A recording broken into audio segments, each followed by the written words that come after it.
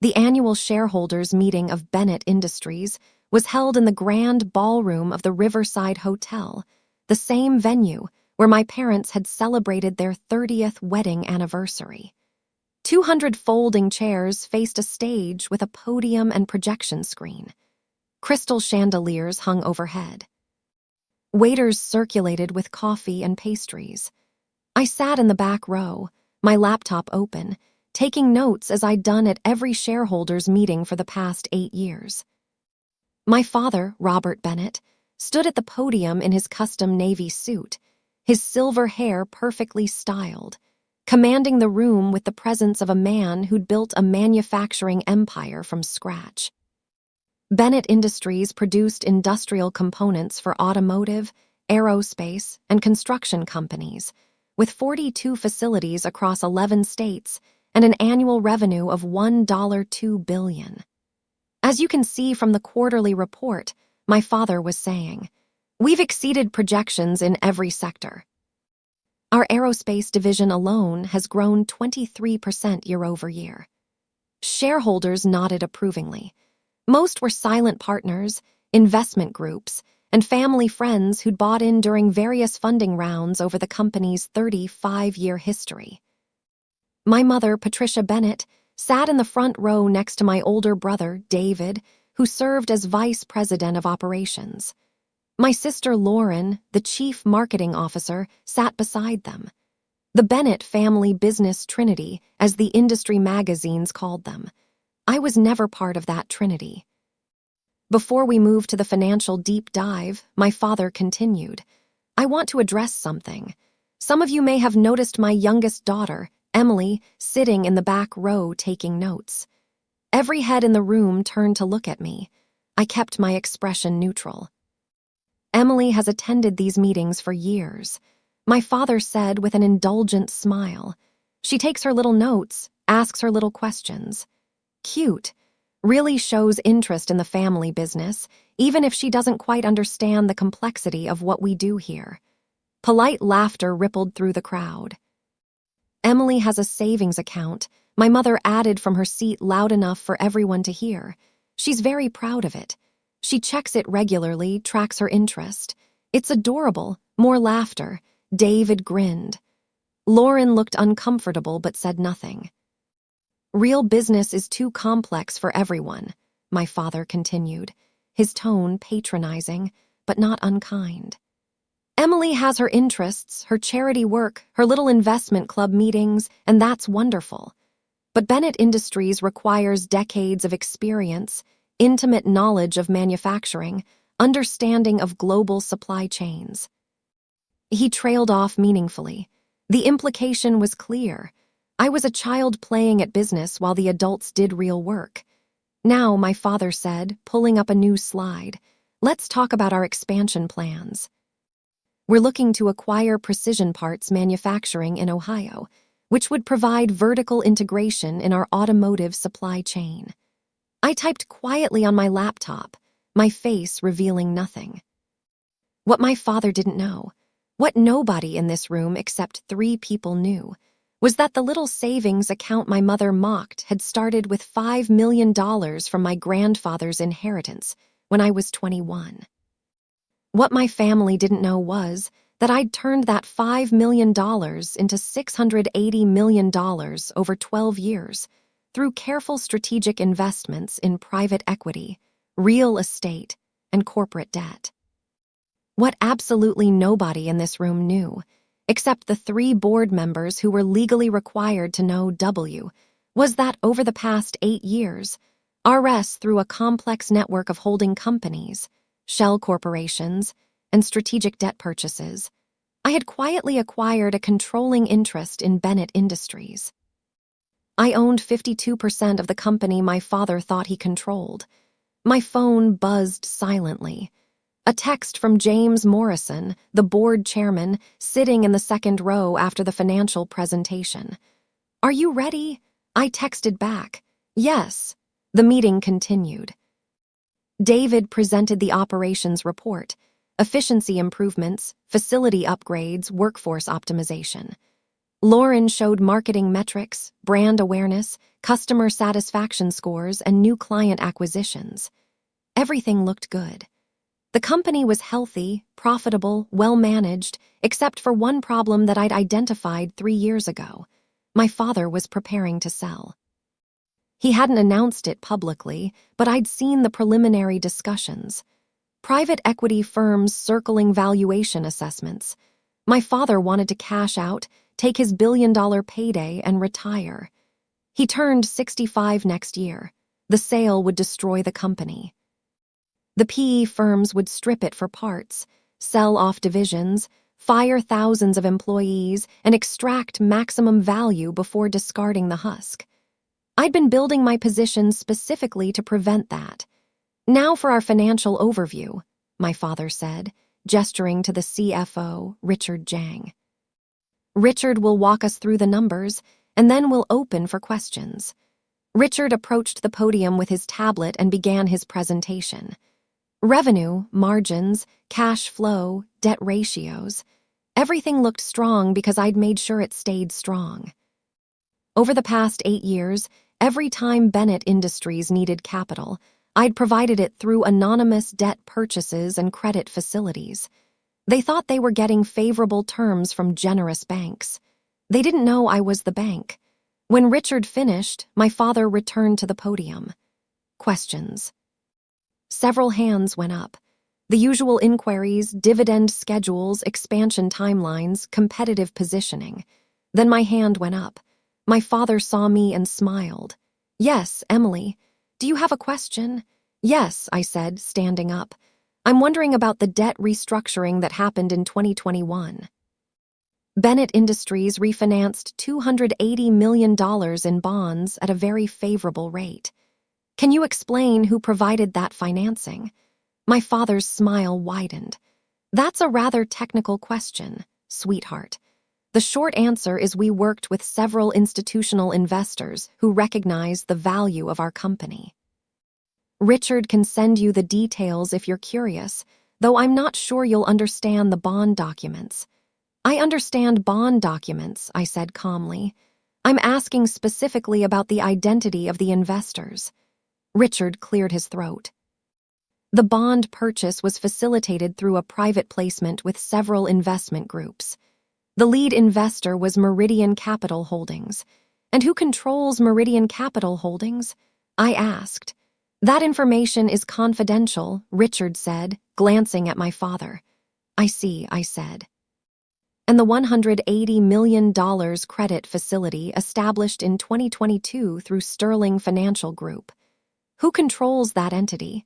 My father's smile was becoming strained. "Emily, these are rather aggressive questions. If you have concerns about the company's financial structure, we can discuss it privately." "I don't have concerns," I said. "I'm simply trying to understand the ownership structure of Bennett Industries." "The ownership structure is clear," my father said firmly. "The Bennett family holds 31% of shares. Various institutional investors hold the remainder. It's all documented in our filings and private debt." I asked about the bonds, credit facilities, and other obligations that give creditors significant influence over company decisions. The room had gone quiet. Other shareholders were looking at me with confusion and irritation. Who is this young woman challenging Robert Bennett? My father's jaw tightened. "Emily, I think that's enough. These meetings are for serious business discussions, not for you to show off whatever you learned in your investment club." "I'm a shareholder," I said. "I have the right to ask questions." "You own 40 shares, David said, turning around in his seat.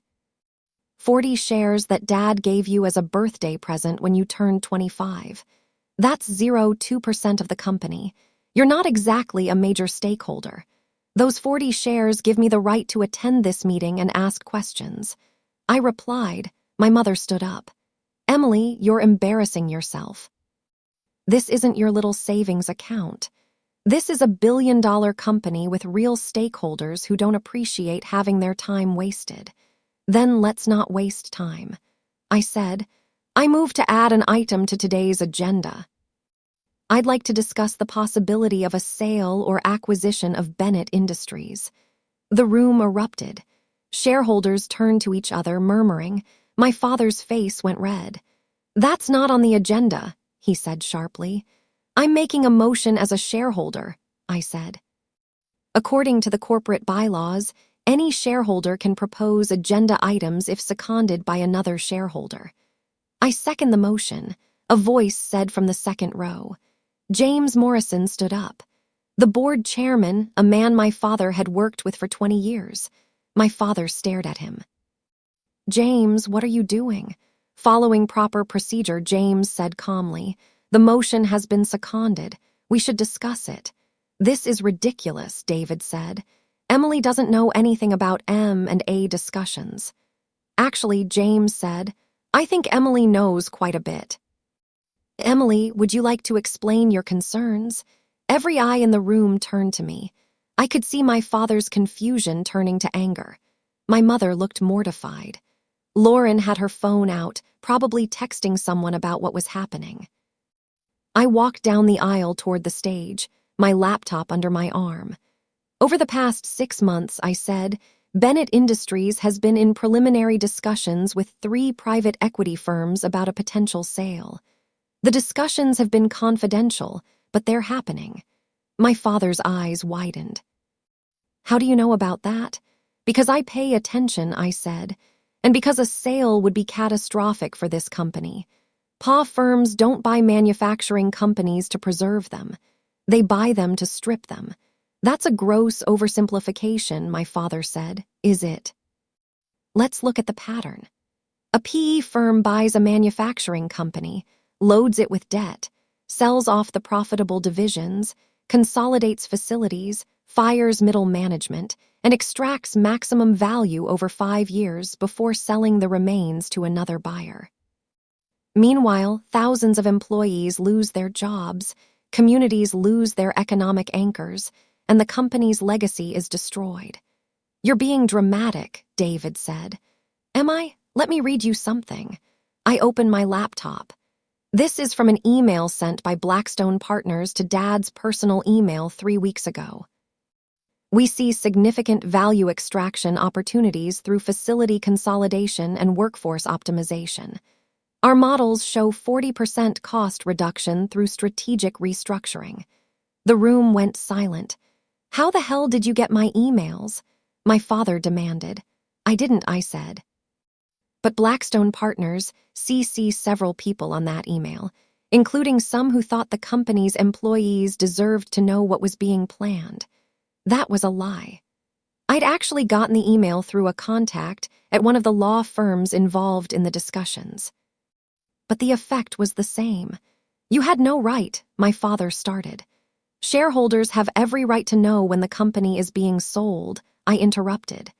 "Especially when that sale will destroy the company. Nobody's destroying anything," my father said. "I've spent 35 years building Bennett Industries. I'm exploring options for succession planning. I'm 64 years old, Emily. I won't run this company forever." "Then let David run it," I said. "Or Lauren, or hire a professional don't sell to vultures who will tear apart everything you built." "You don't understand how this works," my mother said from her seat. "Your father deserves to retire to enjoy the fruits of his labor. The sale would give us financial security." "You have financial security," I said. "You have a profitable company that generates tens of millions in annual profits. Why do you need $1 billion buyout?" "Because I earned it," my father said, his voice hard. "I built this from nothing. I took the risks. I made the sacrifices. And I'll be damned if my daughter, who's never worked a real day in this company, is going to lecture me about business decisions." "She's right to ask questions," James Morrison said, standing up again. "In fact, I think we need to have a broader discussion about the company's future, which is why I've asked several people to join us today." The ballroom's side door opened. 3 people walked in. Margaret Chin, the company's general counsel, Thomas Westbrook, an investment banker from Goldman Sachs, and Catherine Rodriguez, a senior partner from the accounting firm that handled Bennett Industries audits. "What is this?" my father demanded. "This," James said, "is a special session of the board of directors convened under emergency provisions of the corporate bylaws. We're here to discuss a significant change in the company's ownership structure." "What change?" David asked, Dee standing up now too. "Dad owns 31% of the company." "The family controls the board. What are you talking about?" James looked at me. "Emily, would you like to explain, Ain, or should I?" Everyone was staring at me now. My father's face had gone from red to pale. My mother looked confused. Lauren had put down her phone. "I'll explain," I said. I connected my laptop to the projection system. A spreadsheet appeared on the screen behind me. "This is Bennett Industries' complete ownership structure," I said. "As you can see, the Bennett family holds 31% of equity shares. Various institutional investors hold another 39%. That's the public structure that everyone knows about." I clicked to the next slide. "But Bennett Industries also has $460 million in outstanding debt, corporate bonds, credit facilities, and private loans. These debt obligations give the creditors significant control over company decisions. In many cases, more control than equity shareholders." Another slide. "The largest creditor is Meridian Capital Holdings, which holds $280 million in bonds. The second largest is Sterling Financial Group, which provides a $180 million credit facility. Together, these two entities control 75% of Bennett Industries' debt." I paused and looked at my father. And both entities are wholly owned subsidiaries of Thornton Investment Group. Silence. Complete absolute silence. "Who the hell is Thornton Investment Group?" David finally asked. I clicked to the next slide. It showed my face next to the corporate logo. I said. "Thornton is my mother's maiden name. I established Thornton Investment Group 9 years ago. Over the past 8 years, I've systematically acquired debt positions in Bennett Industries." Was my father staring at the screen like it showed his own death certificate? "Are you saying?" He started, then stopped. "I'm saying that I hold $460 million in Bennett Industries debt," I said, "which combined with my equity position and convertible instruments gives me effective control of 52% of the company." "That's impossible," my mother whispered. "It's not only possible, but it's also documented," Margaret Chin said, standing up. "I've reviewed all the paperwork. Emily's ownership structure is completely legal and has been properly disclosed to the board as required by law." "The board knew?" Lauren asked. 3 board members knew. James Morrison confirmed. "Margaret, Richard Jang, and we've been legally required to know because Emily's debt position crossed the threshold for required disclosure 18 months ago." My father turned to Richard Jang, who looked uncomfortable but nodded confirmation. "Why didn't you tell me?" my father demanded. "Because Emily asked us not to," James said, "and legally we didn't have to. The disclosure requirements are to the board, not to all shareholders." "I'm the my father shouted. "And Emily is the majority owner," James replied. "Which means technically you work for her." The room erupted again, shareholders shouting questions. David argued with James, my mother sitting frozen in her chair. I waited for the chaos to settle. I didn't reveal this position because I had no reason to. I finally said the company was well managed, profitable, growing. I was happy to remain a silent partner. "Then why reveal it now?" Lauren asked. "Because Dad is planning to sell to a private equity firm that will destroy everything he built," I said. "And I'm not going to let that happen." My father walked slowly down from the stage, stopping a few feet from me. Up close, I could see how shocked he was, how confused. "How?" he asked quietly. "How? Where did you get $460 million? "Grandfather left me $5 million when I was 21, I said. He told me to put it in a savings account, to be responsible with it, to not waste it on foolish investments. So you used it to buy debt in my company. I used it to build an investment portfolio. I said I invested in private equity, real estate, venture capital. I was very, very good at it.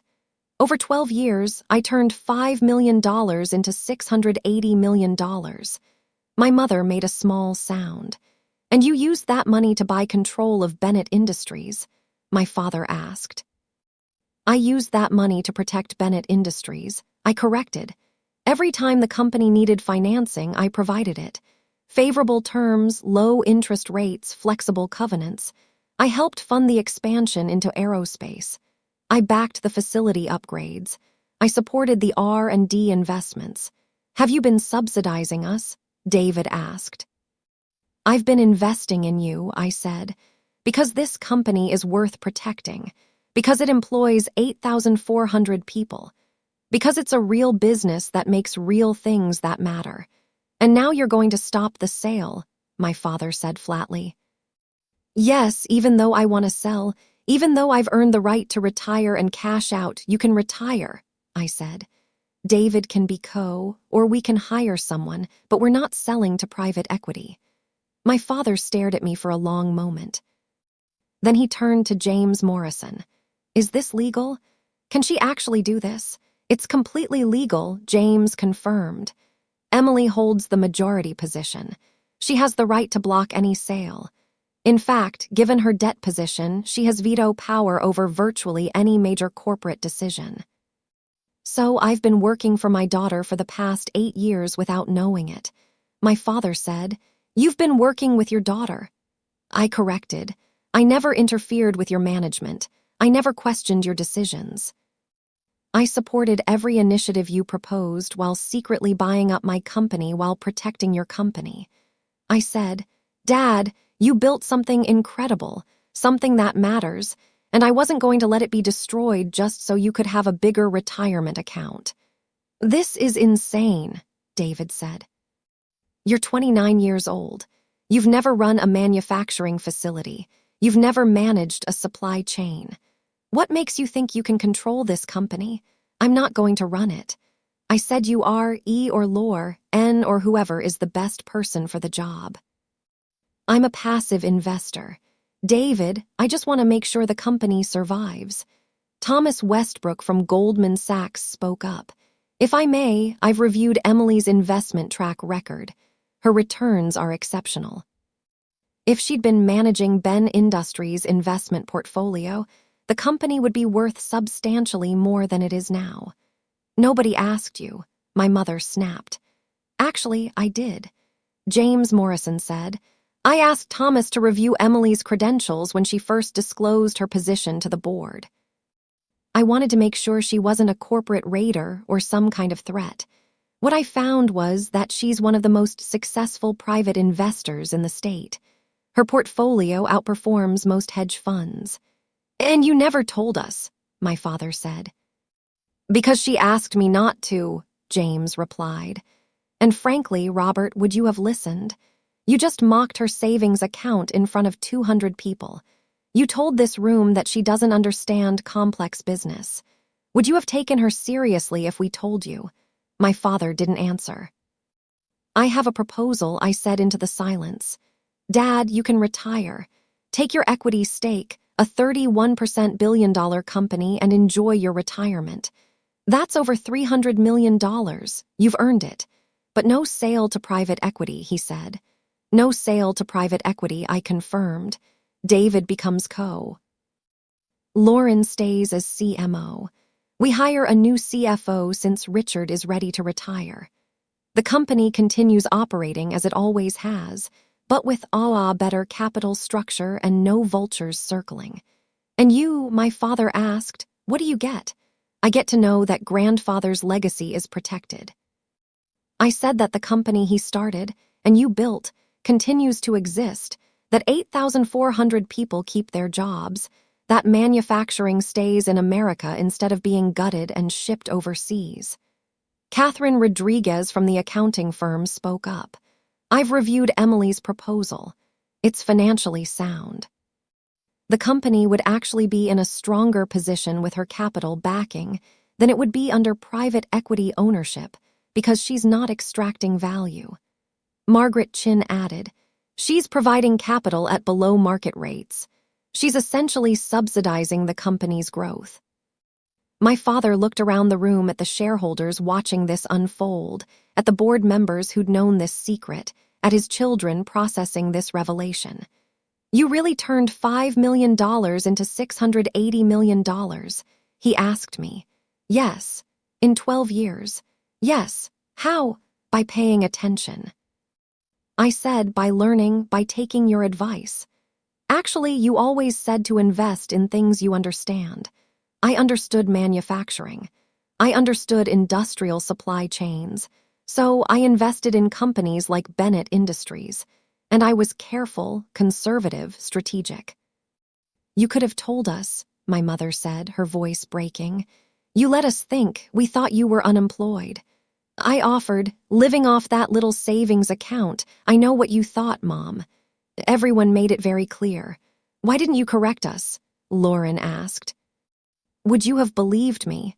I asked. Or would you have accused me of lying, of exaggerating, of trying to compete with David and his real job? Lauren looked away. I attended these meetings for 8 years. I continued. I took notes.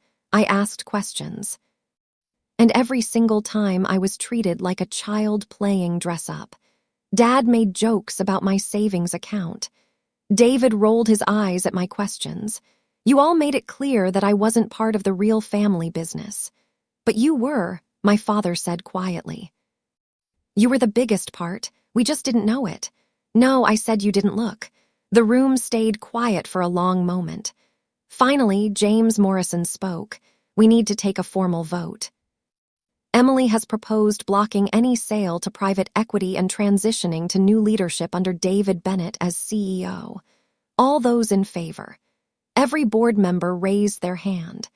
James, Margaret, Richard, and 3 others I recognized as longtime advisors. The motion passed, James declared.